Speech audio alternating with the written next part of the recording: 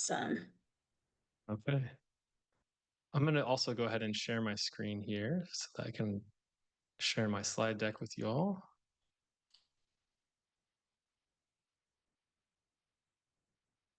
All right. And I'm going to pull up my version of this.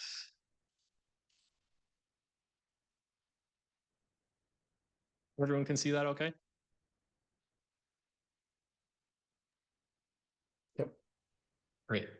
Okay. I just want to say again a big thank you to Liz and the Cannon Beach History Museum for having me here to talk to you and for supporting my work and really supporting the preservation of Coast Guard history from the area. I, there's not a lot of people doing that, and so it's nice when the folks who are around where history happens are doing that work to preserve it. Um, what I want to talk about tonight is an accident that happened just a little bit north of Cannon Beach at a place called Cape Disappointment, kind of in the heart of a region that people have known for a while as the graveyard of the Pacific. And a lot of people have an awareness of that rough area, that title. There's kind of this legacy of shipwrecks and whatnot. But within that region, that place that spans from partway up Oregon all the way to British Columbia, there's a lot of people whose lives have been affected by the realities of that. They've lived with the realities of a place called the Graveyard of the Pacific.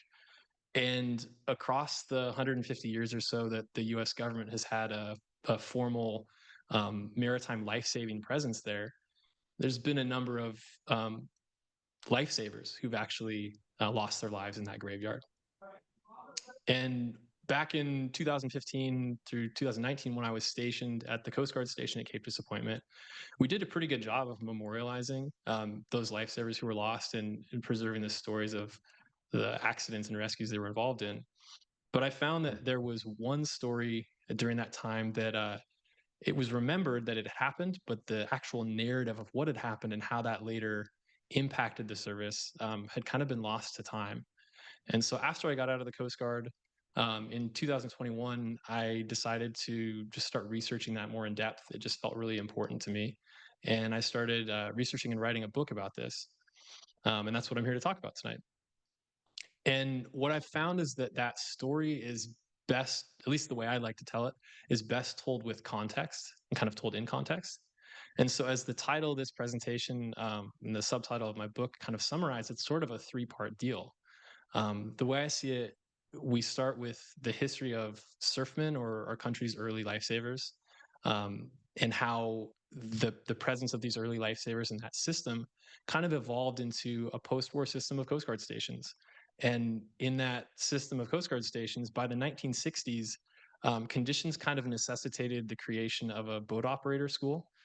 And that boat operator school at Cape Disappointment is where this kind of poorly remembered accident occurred in 1977. So tonight, what I'd like to do is kind of take us through each of these three parts, kind of at a glance that represents more the in-depth look that the book takes. And I'll just start by kind of orienting all of us with a map here, showing the Washington and Oregon coast and kind of highlighting where Cape Disappointment is there between Washington and Oregon at the mouth of the Columbia River. And it just so happens that these early coastal life-saving efforts in the United States, those that began on the West Coast actually got their start at Cape Disappointment right there at the mouth of the Columbia. And so since the first part of our story also leads to the establishment of the Motor Lifeboat School at Cape D or Cape Disappointment, I think it's important that we kind of take a minute with these early lifesavers. So I'm going to start right here. Now, the way that I kind of read the history here, the early West Coast life-saving efforts around Cape D date back to about 1841. And the wreck of a Navy vessel called the USS Peacock that was part of a survey expedition in that area. And I think it's an important wreck and an important benchmark for a couple reasons. One is for those who know this area, the wreck of the Peacock became the namesake for a really rough patch of water at the mouth of the Columbia there called today called Peacock Spit. Another reason that it's a significant point in this history is because the Chinook Indians were actually the rescuers in this case. They actually came to the aid of the distressed naval crew. And then I think the third reason that this is an important benchmark for us is that once the expedition completed salvaging all the wrecked gear and they got the rest of the ships together that were part of this expedition and prepared to depart, they left a small boat behind at the fort in Astoria to support the locals in getting pilots back and forth from the ships coming in and out across the bar, and also for life saving. So 1841 might be the first time that there was some kind of designated rescue vessel, European American rescue vessel at the mouth of the Columbia River. Now, jumping ahead just a few years, and this is still in an era before the miles long jetties at the mouth of the Columbia. Um, this is a time when the Columbia River Bar at times was basically a 6 mile wide arc of whitewater, because there was shoaling for that whole width as the kind of the delta of the river emptied out. And so as you see in this picture here, the whole mouth of the river could be just kind of broken water that presented a pretty serious hazard to vessels coming in. And so in the 1850s, these pervasive dangers basically justified the construction of the first lighthouse on the West Coast, right there at Cape Disappointment. Of course, not before the vessel that was sent with materials to build the lighthouse wrecked right in front of the Cape. But in 1856, after it was illuminated, and for the next few years, it still didn't eliminate all the dangers. And so, even into the 1860s, there were a ton of wrecks around the Cape there. And after one particularly bad wreck in 1865, the keeper of the Cape Disappointment Lighthouse, a guy named Joel Munson, was concerned enough about the lack of rescue infrastructure in the area that he, kind of being an enterprising fellow, repurposed a longboat from some shipwreck that had happened. And he started holding dances in Astoria. He was a fiddle player, holding these dances to fund the kind of outfitting and the maintenance of this boat for the purpose of life saving. And it was put at Cape Disappointment there to stand by for any rescues that it might need to undertake. And he also petitioned his employer, the U.S. Lighthouse Service, to construct a boathouse for the boat. So as we look at these benchmarks, the late 1860s is probably the first time that there was a dedicated rescue boat at Cape Disappointment on the Washington side of the river, and that there was some kind of federal infrastructure, the boathouse for it, in this history. Now, this image is of a few years later, a little bit north of Cape Disappointment, but it's pretty emblematic of the types of wrecks that were typical throughout the 19th century, especially on the east coast of the United States. You had this typical situation, you had wind-powered vessels being driven ashore into the surf where they broke up, and a lot of life and property was threatened pretty close to the beach. And so in the first part of the 19th century, because of the increasing toll of lives lost and also in terms of damage to property, the federal government pretty much couldn't ignore it anymore. And so they slowly started to invest in life-saving infrastructure like boathouses and rescue boats and equipment to get a line kind of launched out to the vessel to sort of recover crew back and forth on this lifeline. And as that slow evolution kind of meandered back and forth, eventually by the 1870s, an organization called the U.S. Life Saving Service had been created out of all these problems, and it had started to kind of get its stride and sort of hit its heyday into the 1880s, where it started expanding not just from New York and New Jersey, but up and down the East Coast and eventually out to the West Coast.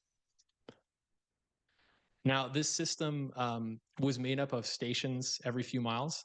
There was a keeper in charge of each station, and then crews of surfmen, folks who were previously occupied as boat people, as boatmen, basically, or engaged in surf fishing. So they would take their boats out through the surf, go fish, and come back.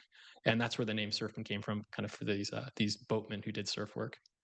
And anyway, each of these stations had about 6, 7, or 8 surfmen who crewed the boats, who maintained everything, and who conducted beach patrols, where the purpose was to be the eyes and the ears of the station and to look for any signs of a distress or a wreck.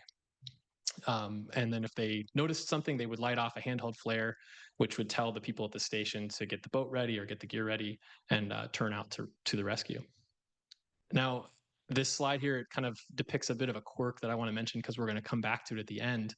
You can see there's a surfman on patrol there. And by the 1880s, these surfmen out on their patrols were then required to carry these palm-sized brass tokens or checks, like the one that you see there, with the number of their station and their surfman number on it. And the purpose was for accountability. They were supposed to exchange those checks with the surfman from the adjacent station, so that each, when they got back to their main station, could deposit the check and prove that the opposite station's person had done their watch. And at the time, the surfmen naturally hated this. They felt like they were being distrusted, and it's kind of belittling. But throughout the years, that practice remained, and so into even the 1900s, surfmen carried these checks and exchange them, or where there wasn't another surfman, they would punch a clock to prove that they had done their round, and that kind of became the standard practice. Now, in 1878, as this U.S. life-saving service expanded, it made its way out to the West Coast. And that year, the first 3 stations in the West Coast were constructed and put into operation, all of them in Washington Territory.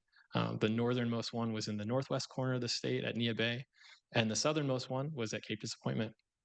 And the picture here is a pretty rare look at not the original crew a few years later, but the original station, which sits pretty much right on the footprint of today's Coast Guard station down there at Cape Disappointment. Over the years, there were some slow changes to the system that were felt at Cape Disappointment. One of the things that happened was by the late 1890s, a new station was built. It was bigger, had more space for equipment and for the crew. And around the same time as the new station was built, the crew throughout the entire U.S. Life Saving Service got uniforms and also a standard insignia, which I've kind of zoomed in on there. It's the image of a life ring with a boat hook and an oar crossed over it. That kind of gave them some esprit de corps and gave them some sense of unity and comradeship. As much as there were changes throughout the years, a lot remained the same. And pretty much throughout the entire life of the U.S. Life Saving Service, and even into the era of the U.S. Coast Guard, the job was the same. It involved rowing wooden boats out to those who needed help and doing it with raincoats and life jackets, and that was about it. In the middle of winter, and as you see in this picture from just north of Cape Disappointment, it wasn't always smooth sailing. It wasn't always a piece of cake when the weather was rough. Big changes came in this early system, both locally and nationally, with the formation of the U.S. Coast Guard in 1915. And at that point, the U.S. Life Saving Service and another service under the Treasury Department called the Revenue Cutter Service, which was kind of a customs and law enforcement agency, those 2 organizations were merged into the present U.S. Coast Guard, which is a branch of the armed services.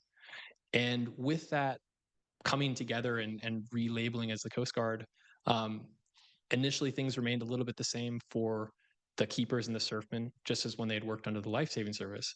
But within a few years, change started. The first thing was that the senior-most surfman underneath the keeper was designated as basically like a non-commissioned officer. So they kind of attained rank separate from just their surfman number. And then in 1920, when the Coast Guard adopted the U.S. Navy's systems of ranks and job specialties, that what they did is they created non-commissioned officers out of most of the crew at these stations. So almost everybody was some kind of petty officer, as they were called. And the only surfmen who remained in terms of their actual title were the few junior-most members at these stations. And throughout all these changes, early on, the Coast Guard had kept a life-saving branch that kind of organizationally kept these stations separate from the rest of the service, from the people who were doing that seagoing law enforcement mission. But by the end of World War II, the Coast Guard subsumed the life-saving branch and the other branch into just one Coast Guard.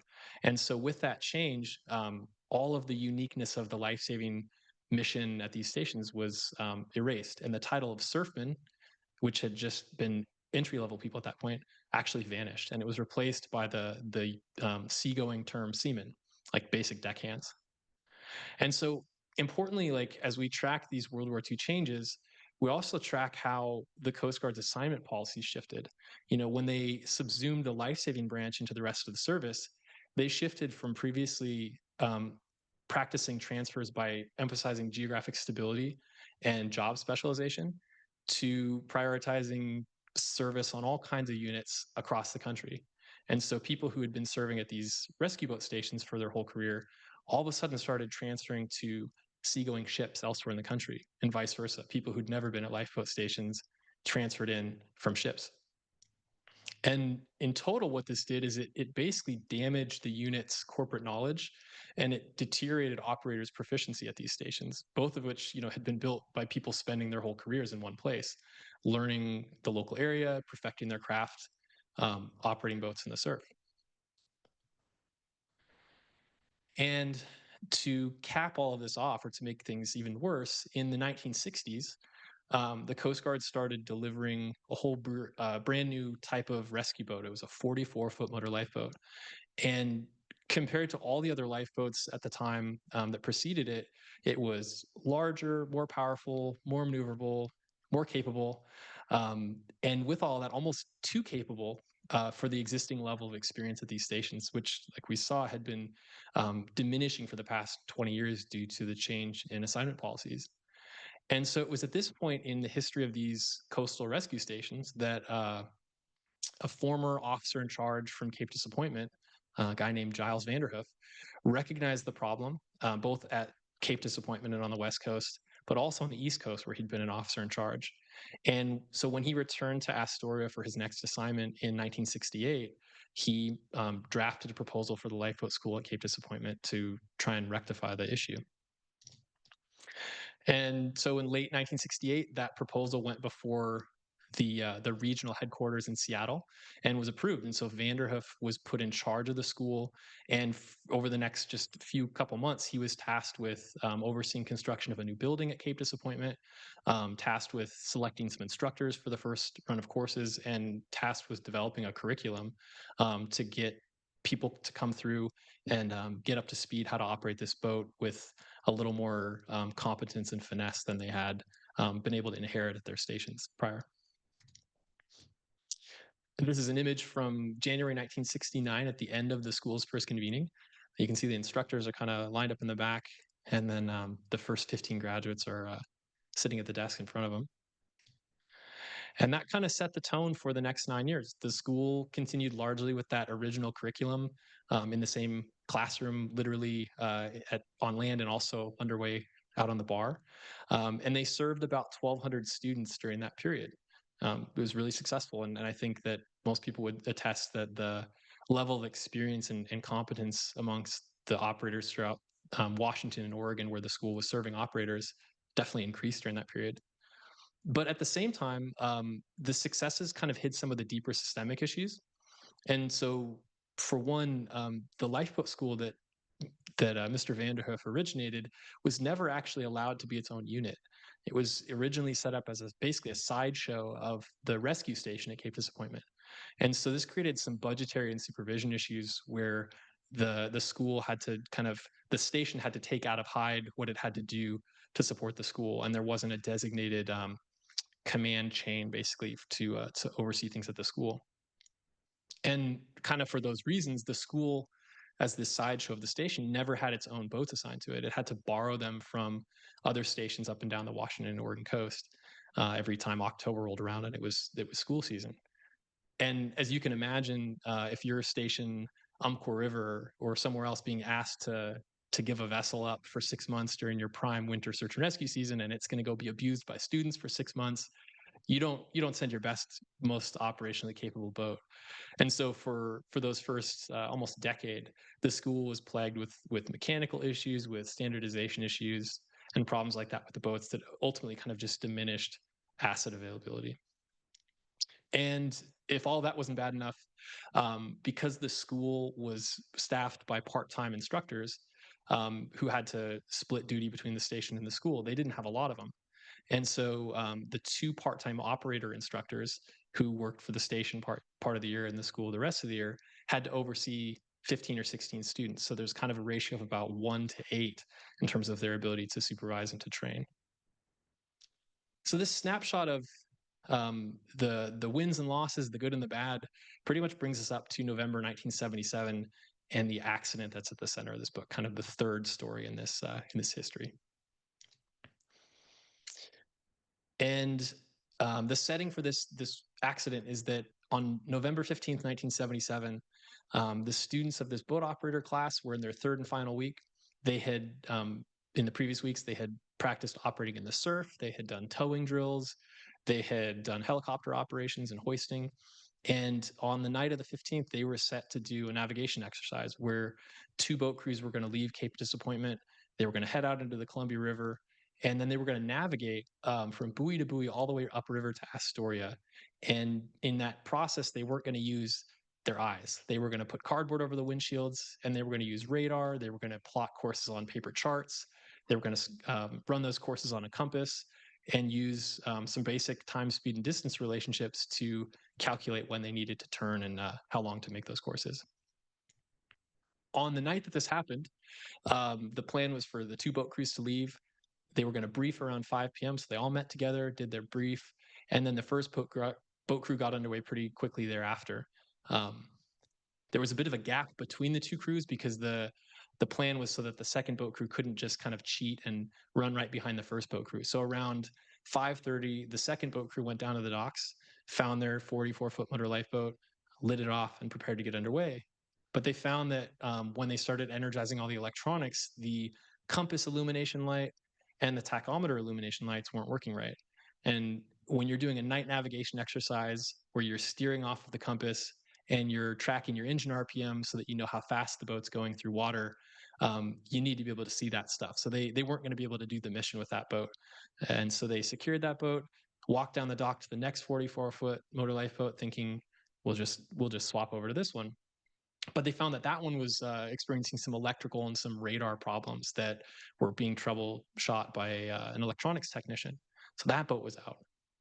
And once that boat was out of the mix, the only other option for them was the station's ready boat, basically the boat that would leave if the station got a distress call. So they couldn't take that one. And with all the options for motor lifeboats basically off the table, they had to decide to either scrub the mission at that point or ask the station's duty officer to borrow a different boat, to borrow the 41332, which was a non-self-righting 41-foot utility boat. And a little background on that, utility boats are pretty similar to motor lifeboats. They do similar missions. They're a similar size. They're 2 engines, just like a lifeboat is. But they're not self-righting. So if they're flipped over or capsized by a wave, they don't have the right balance of weight and buoyancy to rewrite themselves, and they also lack the watertight integrity and kind of inherent buoyancy that a lifeboat has.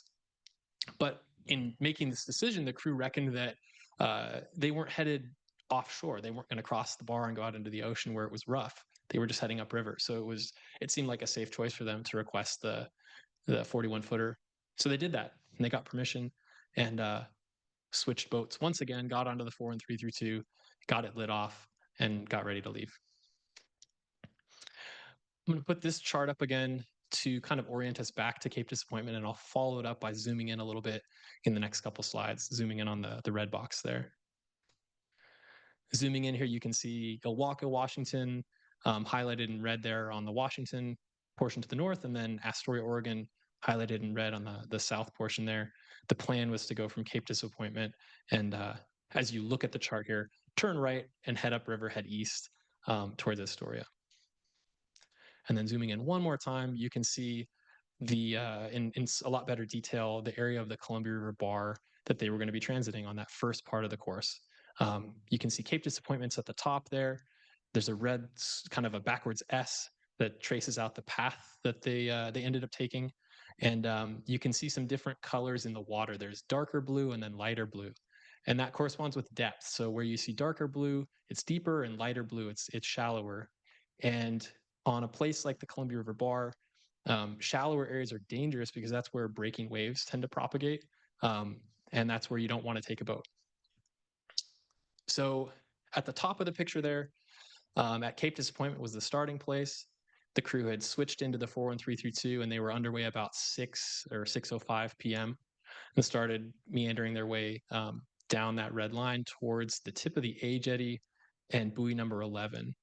And when they got to buoy 11, the crew members switched places a little bit. There were certain duties that each person was going to practice. And by about 6:15, everyone was in position and they were ready to launch on their first course. Now, the first course that they were going to take was plotted to run directly from buoy 11 there at the tip of the A jetty, and then run southeast directly to buoy 14, kind of at the right side of the map. And when they charted it directly. They didn't chart a course that compensated for the effects of the current, both the river current that was outgoing as well as the tidal current, which was going out at the same time, kind of like a cross force or a crosswind in an airplane. And that was a deliberate choice. The instructors set them up to do that so that they could see as the course progressed what the actual real-time effects were of having that cross current. And then ideally by the time they landed at their first waypoint at buoy 14, they'd be able to compute what the direction and the force of the current was, and then use that to compensate on future legs. So they deliberately left buoy 11, aiming directly for buoy 14, knowing they were going to get set off course, but thinking that they had enough wiggle room to learn from that and apply it in the future courses. So they left buoy 11 at about 6:15, and then you can see pretty quickly the divergence between the red line that they actually traveled and that dashed blue line of where they intended to go. And within just 3 or 4 minutes, they're traveling at about 15 miles an hour. Several of the crew started to notice that discrepancy.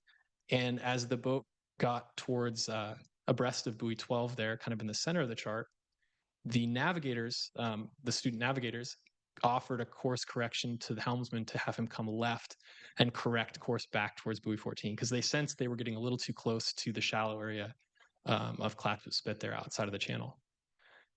But as it happened, that course correction was a little too late. And the instructor had been monitoring this whole thing. He kind of let it ride, thinking that this was a good training opportunity and that he'd give the students a chance to correct on their own. So they corrected, but it was a little too late. And as the 41 was making its turn towards buoy 14, one of the students looked aft and spotted a 12-foot breaking wave pretty close off the stern. So called it out. And when he called it out, everybody leapt into action. The coxswain, the instructor, slammed the throttles hard forward. He brought the helm all the way over to port to try and bring the 41-footer around so that it would drive right into the wave with the bow of the boat, which is probably the safest way to negotiate a breaking wave like that. But because of the speed of the wave, how close it was, and how slow the 41-footer was to turn around, that wave ended up actually impacting the 41332 pretty much directly on the beam in the worst possible place and started a capsize. And all of that happened in 5 minutes from the time that the boat crew departed buoy 11 to the time they were getting close to buoy 14 when the capsize happened around 6:20 p.m. Now, that capsize, what the students described and the instructor was that it was actually fairly gentle and lasted about 30 seconds. But in the process, a lot happened. Right away, there was a student who was on the back deck who was ejected and possibly even hit in the head with the boat. He ended up out in the ocean. And then as the students from the aft deck who were also there, ran, they beat feet to get in the pilot house. A lot of people ended up in the pilot house and then were sort of sucked forward into the forward compartment as the capsize completed itself all the way to that fully inverted position. And as that was happening, one of the crew members in the pilot house was actually sucked back out. So by the time that the boat ended up fully upside down, there were 2 people in the water somewhere out in the night, and the remaining 8 members of the crew of 10 had been flushed forward into that forward compartment. And it's hard to imagine what that environment, what that scene would have been like. I certainly wasn't there, but from reading the accounts and talking to a number of the survivors, I understood it to be kind of a dimly lit compartment. The water was up to everybody's waist, but it was rising and falling as the pressure changed with the wave action around the boat and the amount that it was kind of bobbing up and down. I think I said it was dimly lit and a lot of people in this cramped space and a lot of fear, a lot of panic. And so the coxswain instructor tried to take charge, tried to calm everybody down and start formulating a plan, getting everybody ready to egress. And so he started having students pass out flares that were found in the compartment so everybody could pocket a few of those to have with them on the outside. And he started having people look for a rope or some kind of line that they could string from where they were in the forward compartment out through the pilot house so that after the first person made that swim, everyone else could follow kind of by groping their way along the line. But they unfortunately couldn't find any line. And so uh, at the end of the day, he had to charge who he thought was the best swimmer, one of the students who was a recreational diver, with just making that swim unassisted with any kind of rope. And the first attempt, the second attempt, both of those failed. The person got to the pilot house, got turned around, was running out of air. It's 45-degree water.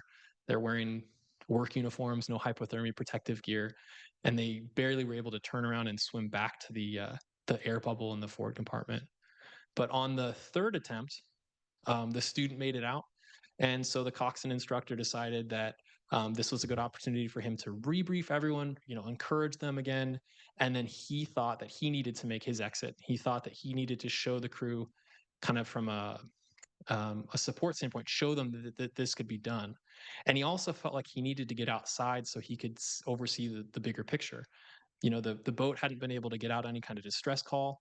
No one back at the station knew that they were in trouble, and he needed to kind of get a sense of where the boat was on the ocean and oversee the signaling attempt to get attention. So he got out next, and then following him, almost all the other students made attempts. Some of them as many as 4 times, though, before they were finally successful in getting out to the outside. In that process, though, several of those students, like I said, had to make multiple attempts. And with each of those attempts, pretty much unilaterally became more dysregulated, more psychologically decompensated, more afraid. And 2 of the students in particular were really impacted by this. And one of them didn't even have the resources to try one attempt. And so these 2 students together kind of resigned themselves to staying in the forward compartment and maybe just kind of waiting it out, seeing hopefully that rescue would come or someone else would come in and help them. And so even though by about 7 or 7:15 p.m., everyone else had exited after a few attempts, there were these 2 students left back in the forward compartment. And there was also that first student who was ejected floating somewhere out there in the night. No one had seen them as they egressed themselves and then got up on the overturned hull. Now, we have to kind of go back in time just a little bit because circumstances in Astoria at the Coast Guard Air Station were kind of conspiring around that same time towards this unbelievable confluence in time and space. So to kind of backtrack a little bit, around 5:45, which was about 15 or 20 minutes before the 41332 had left the dock, a NOAA fisheries agent was arriving at the Coast Guard Air Station, and he was supposed to meet an air crew to get up and head north in a helicopter for a nighttime anti-poaching patrol. But when he got to the air station, he met with the air crew. They were planning on canceling the mission. He told me that they didn't like the weather; it was kind of scuzzy out, and they were planning on scrubbing it. But he said that he had had 2 or 3 of these missions get scrubbed for that reason, and he just had the sense like, poachers often pick the worst weather. Like, we need to go, we need to go. So he pushed these pilots and he convinced them to keep the mission on the plan. And a little bit late, they all walked out to the aircraft and got ready to start it up. And that's when the NOAA agent noticed that the removable searchlight was missing. And he just had this sense like, we might need this for what we're doing tonight. So he pushed the pilots again to take a few minutes extra, get the searchlight placed on the helicopter. And finally, when all that was done, they got airborne about half an hour later than they expected, and around 6:30. So about 10 minutes after the capsize had happened, just north of them up on the bar. So they get up, they fly, as you can see with that yellow dotted line, they fly out over the coast, they turn north, they head up towards the South Jetty, and they're right over the Columbia River bar around maybe 6:40. It's kind of hard to correlate the times exactly, but right over where the wreck or the capsized vessel is. And the NOAA agent sitting in a jump seat between the 2 pilots notices like a weird rosy glow on the top of the console in the cockpit. And he kind of fiddles with the visor on his flight helmet. He fiddles with his pen light. He can't really duplicate the source of the light. And he just has this feeling of like, we need to go back. And so he tells that to the pilots. He says, hey, I think we need to go back. And they're kind of disbelieving. They give him a hard time. Like he's, the old guy who sees things that go bump in the night. Right. And, but they agree. and they start to turn eastward. They do a big wide turn out towards Chinook, and then back eventually to the south and then to the west towards the bar. And it's during that turn back towards the bar, probably around 6:45 or so, that the aircrew actually spotted flares, not just the glow. They spotted the actual flares. And naturally, you see flares, you want to check it out. So they called the air station and they asked them to check with the Coast Guard station at Cape D and see if there was any kind of flare training scheduled or anything like that. Nothing was planned.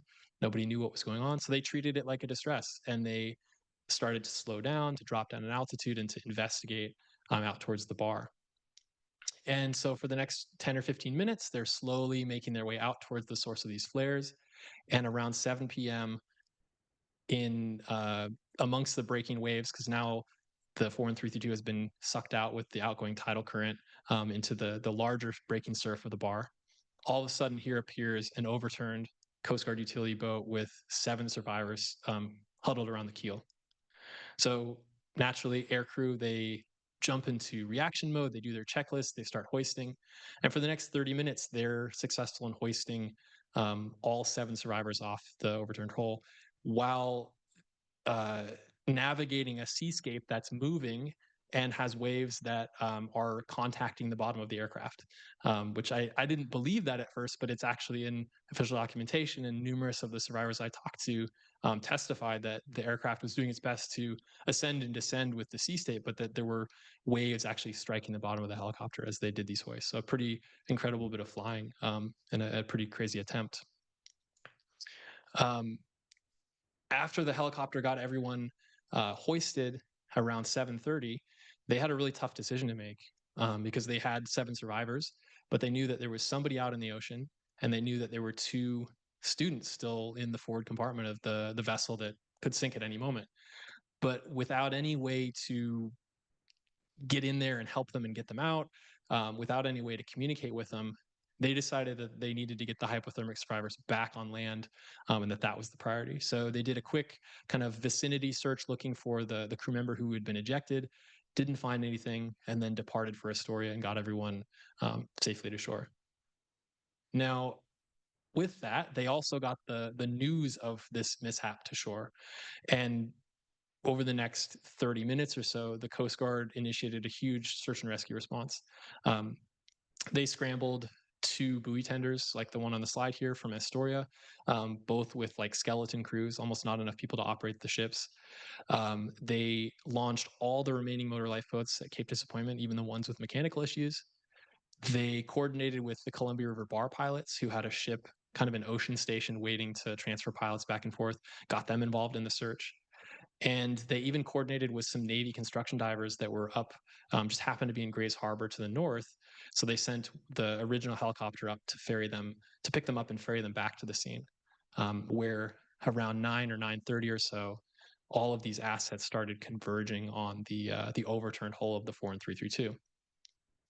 Now, when everyone got there, you'd think that rescue would have been imminent, but the sea state was pretty big still. It was at least 10 feet of waves, and there was some wind.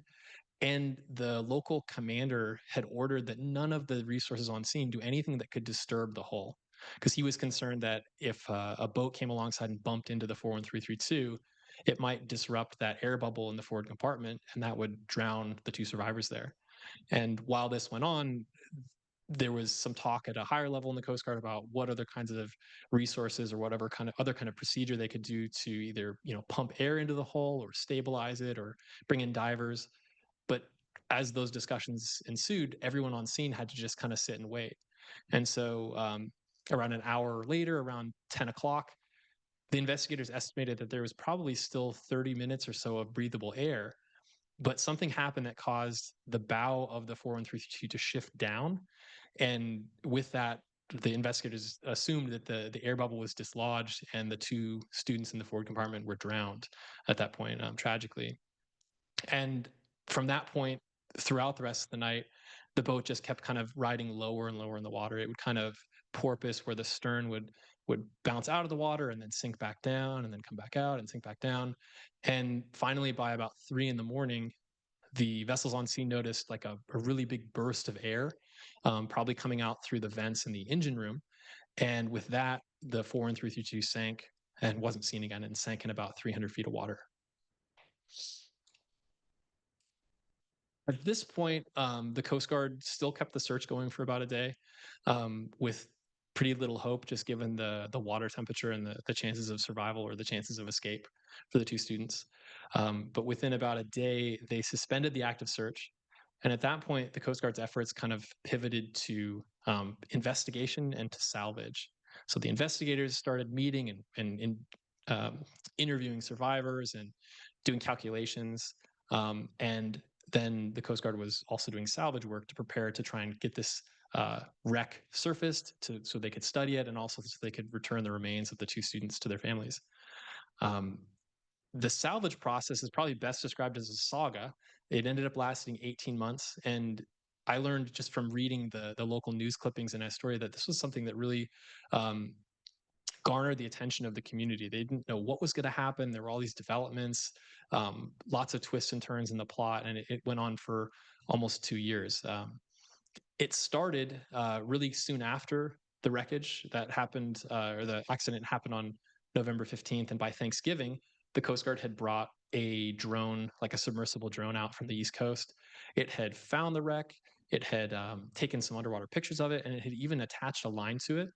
But when New Year's came around and a local salvage vessel was enlisted to use that line to raise the 41332 off the bottom, they raised it about 50 feet. They started moving it towards shore, and the line parted.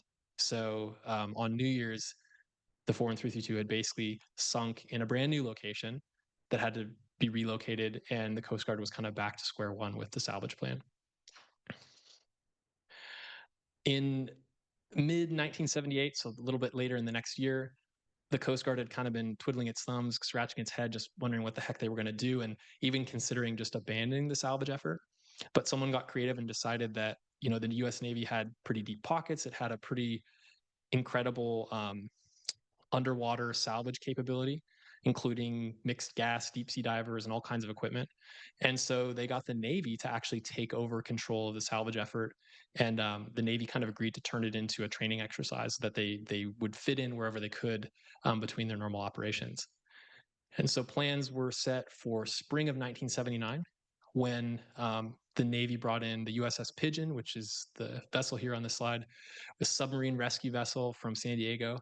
It came up to the Columbia River Bar, it located the wreckage again, and then underwent preparations to put divers down to hook up some heavy duty lifting equipment, and then to actually do the raising of it. And that raising and that recovery of the 432 happened finally on May 31st of 1979. And once the boat was up alongside the Navy vessel, it was brought back to Astoria. It was transferred over to the Coast Guard's custody. Coast Guard exhumed the remains of the students from it, cleaned up the boat, and then they sent it back to Curtis Bay, Maryland, which is where the Coast Guard's shipyard is.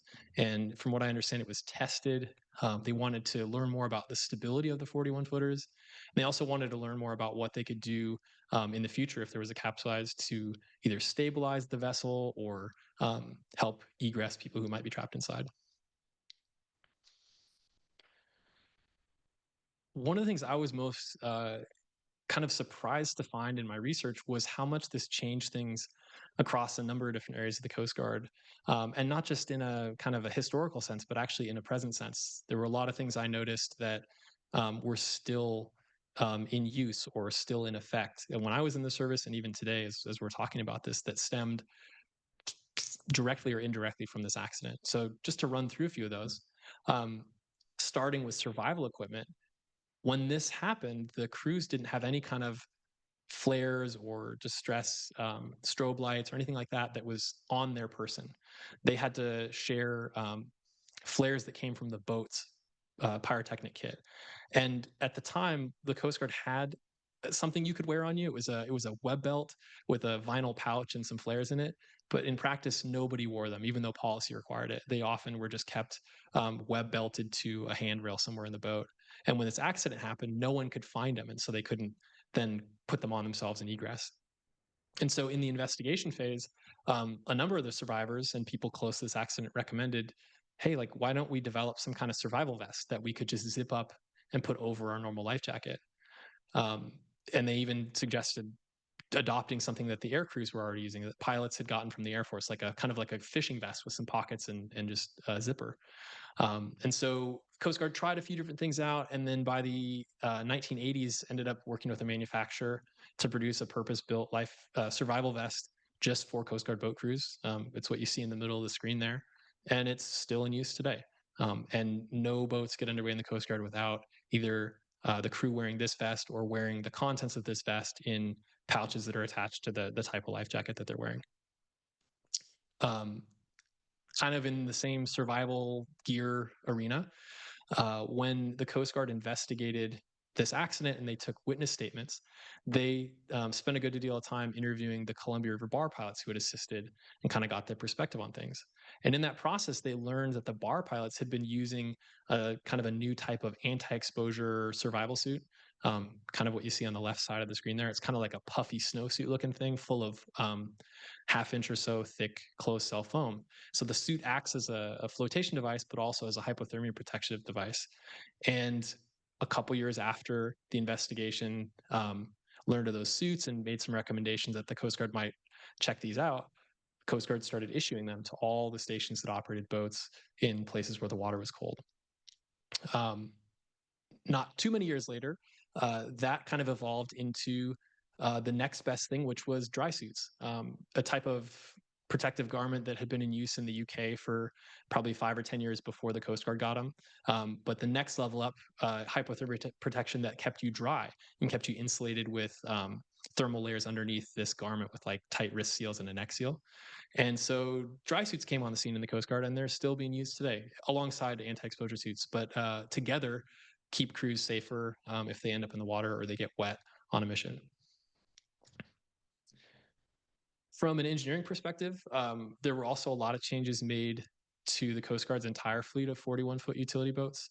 There were 100-some vessels in service. And so after this accident and after another one that involved a capsizing and a fatality, the Coast Guard made some modifications, like adding a continuous railing from that forward compartment all the way to the aft deck back door so that people could have a tactile reference in getting out.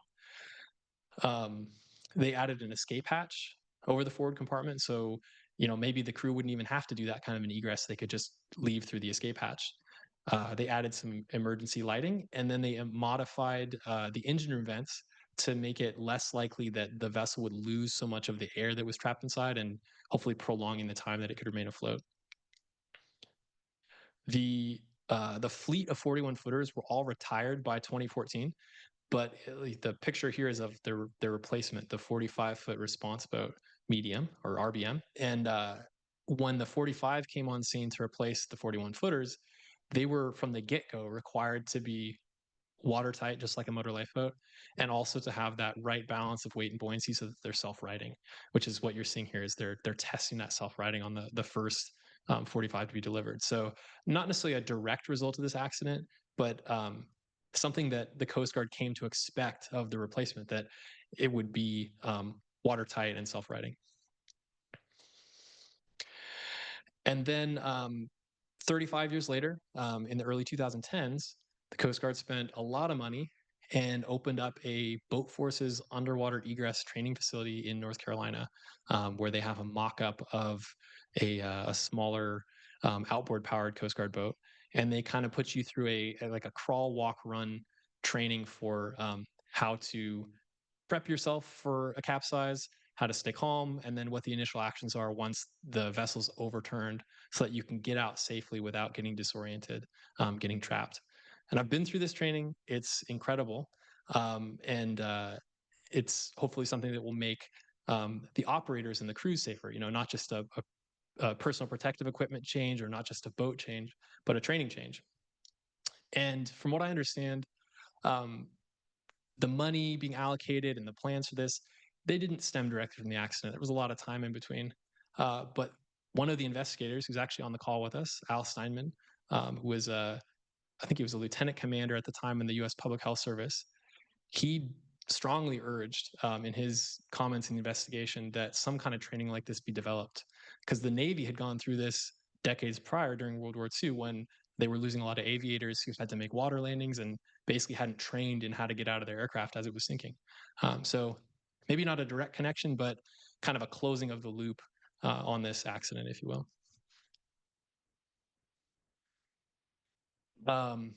Back at Cape Disappointment, some changes. In 1980, 2.5 years or so after the accident happened, the Motor Lifeboat School, which was serving Oregon and Washington at the time, actually nationalized. So it became the National Motor Lifeboat School. And in that process, it got separated out as an individual command with a budget, with its own boats assigned. And since that time has operated as basically a center of excellence for training people all throughout the Coast Guard in all the states that have motor lifeboats assigned to them. There's a bit of a historical gray area here. The change may have been in the works before the accident. It was certainly part of the original idea. There was a desire that hopefully the school could serve the entire country.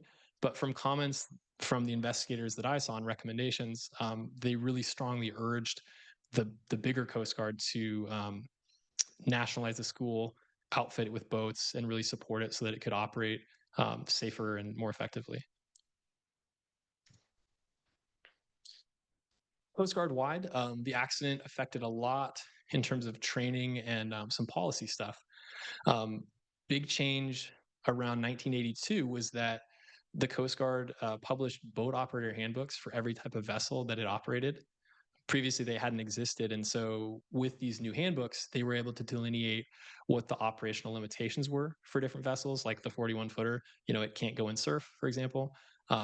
Also delineated what best practices were. If you ended up in rough seas in a 41-footer, you should do this and that kind of thing. They also drafted a boat crew seamanship manual, which was like a thick reference that was like a standard reference for all the people getting certified as boat crew members or engineers or boat operators, so that they had kind of a common study reference. And probably the most significant thing was that the Coast Guard revised and reissued its qualification system, kind of the system of syllabi for each of those levels of members of the boat crew to demonstrate their proficiency before becoming qualified. And one of the most interesting things, as we kind of come full circle in the story here, is that when that qualification system was revised in 1982, they added a new top level tier of boat operator, someone who could go out in breaking surf up to 20 feet, winds up to 50 knots, and could take out motor lifeboats in the worst of it. And they called that highest level surfman. So between the end of World War II and 1982, the title of surfman basically vanished from the Coast Guard. And then 1982 rolls around, and once again, finally, there are officially surfmen. And today, there still are surfmen. Flash forward even beyond that to 1997, and surfmen were actually authorized to wear a classic insignia again, which, if you see in the picture here, looks kind of reminiscent of the one that the life-saving service had. Instead of a boat hook and an oar, it's 2 oars, but same kind of thing. And today, surfmen still wear that insignia and have a lot of pride in what they do and kind of the connection between their qualification title and the job of those early surfmen in the life-saving service. And then to really bring us all the way up to the present, there's just kind of one more major surfman development to track, and that's that in 2003, the National Motor Lifeboat School, which continued to expand and really continued to support the kind of niche community in the Coast Guard that operates these boats, actually brought back surfman checks and surfman numbers. And so now every time somebody gets certified as a surfman, they're issued a unique number. We're in the 600s now. And their name is recorded in a register, and they have a check that's engraved and given to them, and a check that's engraved and put on the wall where there's basically like a surfman shrine at the National Motor Lifeboat School. All of this kind of coinciding with some attempt to get growing awareness and support for the surf community that the school serves all the way up to the present. And of course, the irony being that when this practice of checks was developed in the 1880s, the crews hated it, and now it's like an enticement, kind of a cool thing. I'll just end here by mentioning my book, which discusses all of this in a lot more detail. And I'll say that, if any of these slides pique your interest, there's probably more in the book for you. particularly around mental health and healing from adversity. And it's pretty obvious, but it's worth saying that this community, all the way back to the life-saving service, has been witness to and done a lot of really difficult things. And there's not always been a culture that's known how to help those folks kind of get back to their life after adversity happens. There's been a lot of like suck it up, basically. So if any of that piques your interest, check the book out. If you're in the vicinity of Astoria or Ilwaco, the library in Ilwaco has a bunch of copies in circulation. You can buy one from the Cannon Beach Museum, and also pretty much any of the booksellers and museums around Astoria and Ilwaco have it, and Amazon, of course, as well. With that, I thank you for your interest and attention, and I'd be happy to take any questions or anything like that.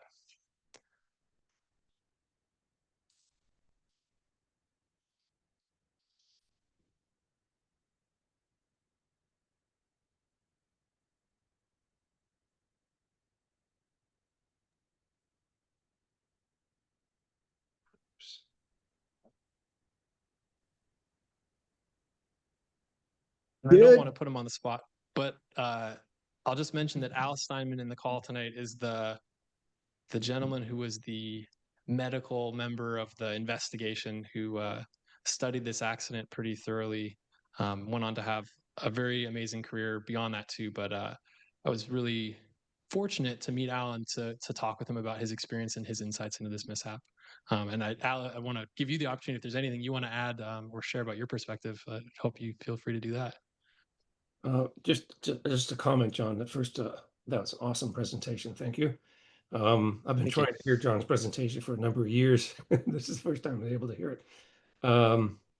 Just a comment about the surfmen. So the surfmen, you see how few there are. It's really an honor to earn that title. I think most people recognize Coast Guard rescue swimmers that are often in the news. Rescue, it's the boat equivalent of a rescue swimmer. It's really quite an honor to achieve that, and it's not easy to do. So it's a rarity, and it'd be interesting if more people appreciate how much it takes to be designated as surfman. They don't often get the publicity that the rescue swimmers do, but probably they should. But thank you for pointing that out. I mean, I don't know how many rescue swimmers there are. There can't be that much more than the surfmen, I would think. But anyway, thank you for that presentation. Awesome. Thanks so much, Al. Yeah. These days, you know, the surfmen have been in the news in the past couple of years. It's just they've been kind of making the rounds. But yeah, the one through line I see through all this is that the Motor Lifeboat School expanding and nationalizing and really advocating for the community of surfmen, because there's only about 18 units in the Coast Guard that have surfmen assigned to them. So the school's ability to support and advocate for those units has really allowed that community to sustain itself and to grow and, you know, end up in the news occasionally. Yeah. It's about the number of Coast Guard air stations, so it's kind of an equivalent. Sure. Yeah, great point. And each one has maybe 5 or 6 surfmen, probably a similar or so number of rescue swimmers. Yep. Yeah. I remember the night that happened that I had to examine all the survivors because they were brought to the air station where I was the flight surgeon on duty. So it was quite the experience.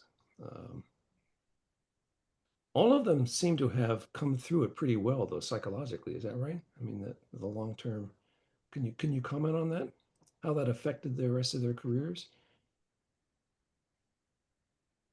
Yeah, the instructor ended up having a full career.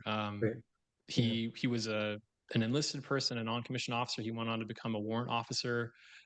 He continued as an instructor at the school for a little while, and then became a warrant officer and got out, I think, in the early 2000s. Without like directly speaking for people, I would say that every one of those folks that survived that still is affected by that experience. You know, some more than others in terms of like trauma symptoms, nightmares, that kind of stuff, and others more just in terms of the way that the meaning of that incident and the significance of it still, you know, sits with them, or sits with what it's like to lose shipmates, what it's like to survive when your buddies don't make it, that kind of a thing. Yeah.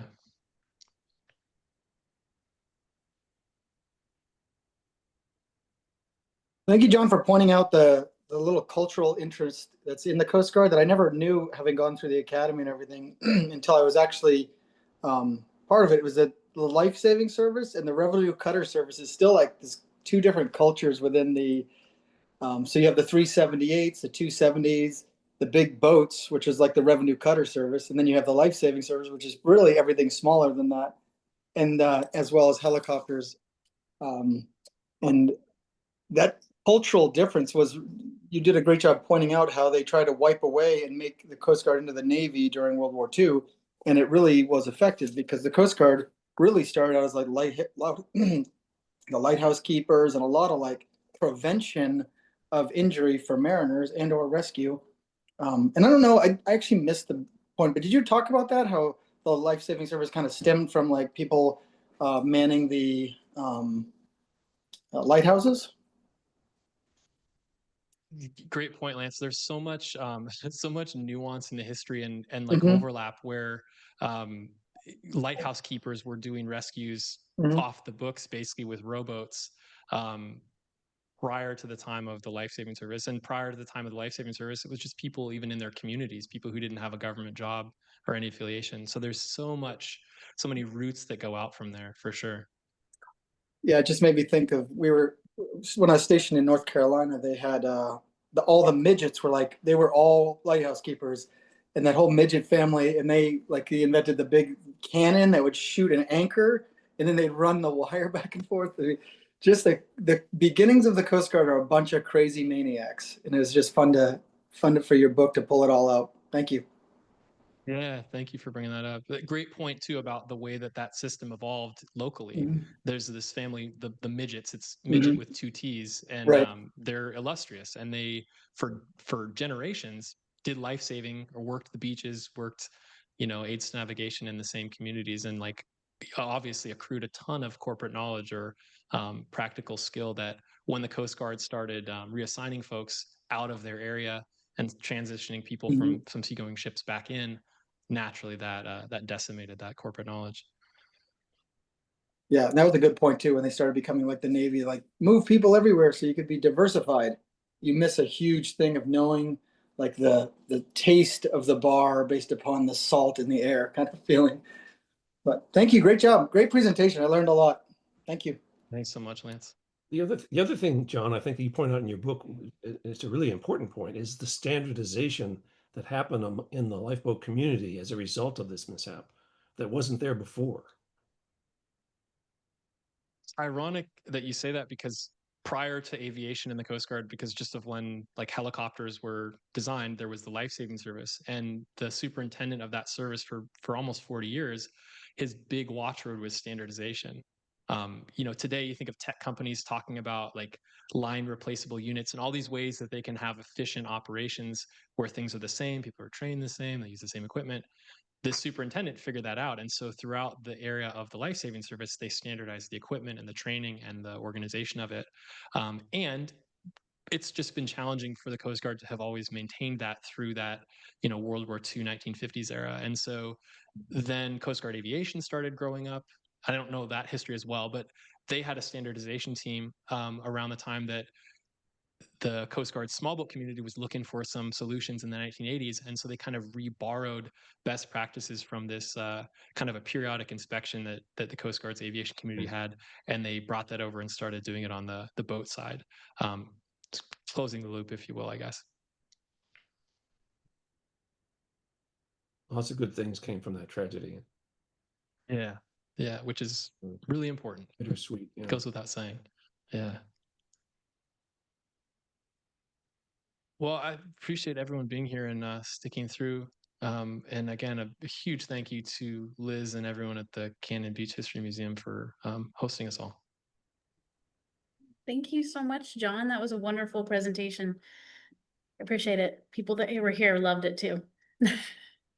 Right on. It's awesome. Well, hopefully we can have you again some other time. We would love to have you back.